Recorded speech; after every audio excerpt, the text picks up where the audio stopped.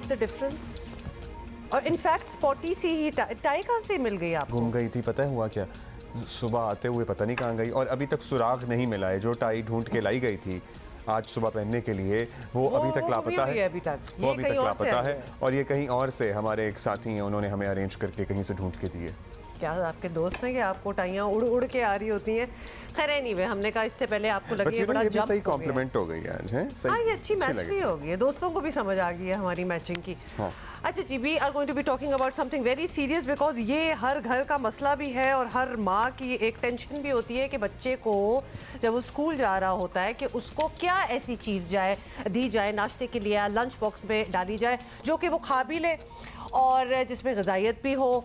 ये बड़ा ही यार मैं मिलना चाहता हूँ उन वालिदैन से जिनके बच्चे स्कूल जाते हुए नाश्ता करते हैं, क्योंकि हाँ, मेरे बच्चे ये तो भी नहीं है। करते। कौन से बच्चे नाश्ता करते? वैसे नाश्ता कर लेते हैं, मैं उस किस्म का बच्चा थी। मैं नहीं था। मैं तो दिन के किसी पहर पे नाश्ता, आई लव नाश्ता। स्कूल जाते हुए बच्चों को कुछ खिलाना बड़ा मुश्किल काम होता हाँ, है। that's true. कुछ लिक्विड्स वगैरह फिर भी दूध पी लेते हैं लटरम पटरम, एंड नॉट बड़ी जस्ट मुश्किल दैट, से। देन मेकिंग श्योर कि बच्चे जो लंच लेके स्कूल जा रहे हैं वो भी, क्योंकि माँ ने तो मानी होना था कि तो उनको इतनी अच्छा लगे कि वो पास ऑन ना कर दें, दे एक्चुअली हैव इट। तो ये बड़ी टेक्निकल चीज़ें हैं और it is a challenge for all the mothers, parents. इसी पे बात करते हैं, हमारे साथ मौजूद हैं doctor Ayesha Abbas is with us, who is a nutritionist as well. Absolutely. और डॉक्टर आयशा से पहले भी बात हो रही थी। डॉक्टर आयशा, ये हमने वैसे सही एक प्रेडिक्शन की है कि ये एक बड़ी टेंशन है, ये चैलेंज है कि आजकल बच्चों को क्या ऐसी चीज़ सबसे पहले तो दी जाए जो वो खा पी लें और एक्चुअली उनके लिए ज़रा ग़िज़ाइयत में न्यूट्रिशियस हो, कुछ बेहतर हो उनके लिए। हर माँ के लिए एक चैलेंज है, क्योंकि माँ इतनी मेहनत बच्चों पे कर रही होती है और उसको वो चाहती है कि उसका बच्चा एक्सेल करे एकेडमिक्स में, फर्स्ट आए, पोजीशन लाए।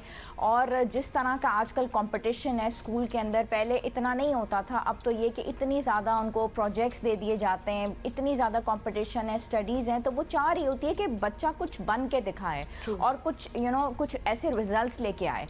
लेकिन जहाँ पे खाने पीने का सिलसिला आता है वहाँ पे माँ को बहुत परेशानी होती है, बच्चे बहुत तंग करते हैं, बहुत परेशान करते हैं। और सुबह बच्चे एटलीस्ट माँ के साथ होते हैं, दोपहर में बच्चे माँ के साथ होते हैं, शाम में होते हैं, लेकिन जो स्कूल का इतना लंबा टाइम पीरियड है उसमें बच्चे माँ के साथ बिल्कुल भी नहीं होते और बच्चा खासा टाइम है। अगर उसमें 8 अगर घंटे देखा होते हैं, जाए 8 घंटे होते हैं और अगर उसमें देखा जाए तो बच्चे की एनर्जी जो है वो बहुत ड्रेन हो जाती है। अगर सही तरीके से वो स्कूल का लंच बॉक्स ना लेके जाए और ना खाए तो वो कैसे वहाँ पे परफॉर्म करेगा? घर आके तो वो निढाल होगा ही, लेकिन स्कूल में भी निढाल होगा।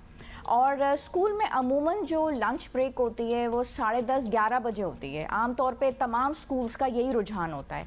तो अगर ऐसा लंच बॉक्स बच्चे को दे दिया जाए जिसमें एक बैलेंस डाइट हो तो माँ को एटलीस्ट सुकून रहेगा। अच्छा, वैरायटी के भी तो मसला होता है ना कि रोजाना एक तरह की चीजें नहीं लेके जानी। अब रोज नई नई चीजें आप सोचते ही रहे कि क्या क्या बना के दें, ये एक चैलेंज भी तो होता है। ये एक चैलेंज भी होता है, लेकिन ये कि अब स्कूल्स ने इस चीज़ को बहुत ईजी कर दिया है और वो बाकायदा एक टाइम टेबल भी बना देते हैं कि भाई इस दिन इस तरीके से करें। इस दिन वेजिटेबल लें, हाँ, वेजिटेबल लें, या वो ये कह देते हैं कि प्रोटीन लें और कार्बोहाइड्रेट लें, यानी कि कॉम्बिनेशन में ये दो चीज़ें हों। और हम जो डॉक्टर्स और न्यूट्रिशनिस्ट हैं, हम खुद भी ये कहते हैं कि प्रोटीन और कार्ब दोनों चीज़ें अगर होती हैं तो बच्चे की परफॉर्मेंस जो है उसके रिजल्ट्स बहुत अच्छे आते हैं। बाकायदा 2016 में, 2019 में ये स्टडीज़ ने प्रूव किया है कि combination of protein and carb. अब कॉम्बिनेशन हम कैसे लंच बॉक्स में दे सकते हैं? अगर हम देखा जाए तो फल हो गया, किसी दिन सैंडविच हो गया, किसी दिन नट्स हो गए।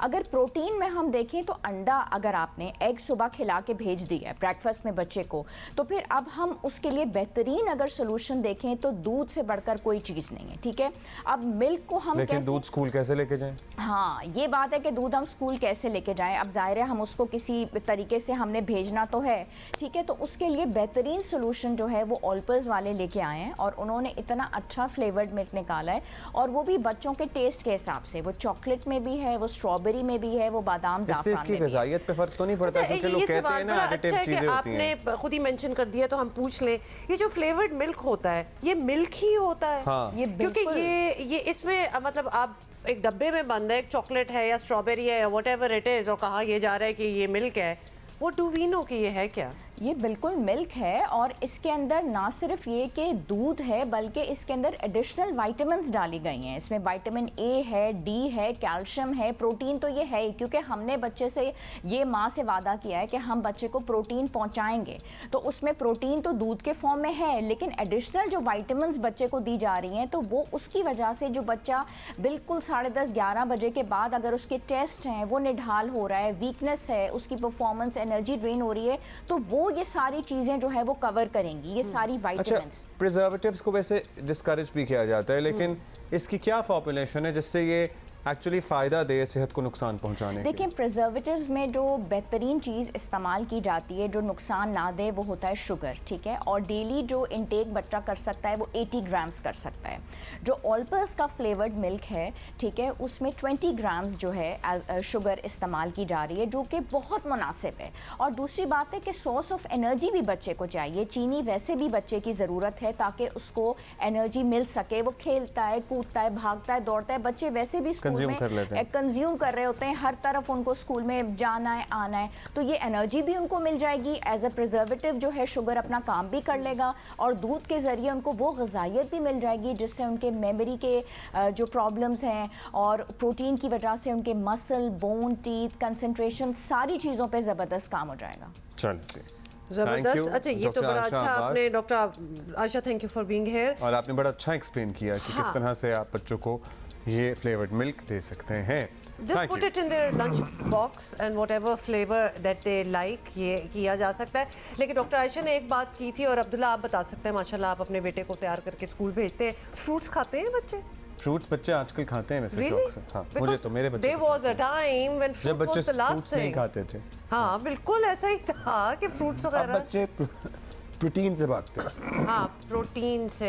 खैर एनीवे, बड़े चॉइसेस भी दुनिया में आ चुकी बच्चों हैं। को कोई भी चीज़ खिलाने के लिए खुद खाना ज़रूरी है। जैसे कहते हैं ना कि इस्लाम फैलाने के लिए अमल करना ज़रूरी होता है, तो बच्चों को फ्रूट्स खिलाने के लिए और कुछ भी करने लीड बाय के लिए, एग्जांपल करना हाँ, तो आपको खुद भी दूध पीना ज़रूरी है, खुद भी फ्रूट्स खाना ज़रूरी है, खुद भी ये सारी चीज़ें और पर्टिकुलरली माओं को दूध पीना बहुत ज़रूरी है।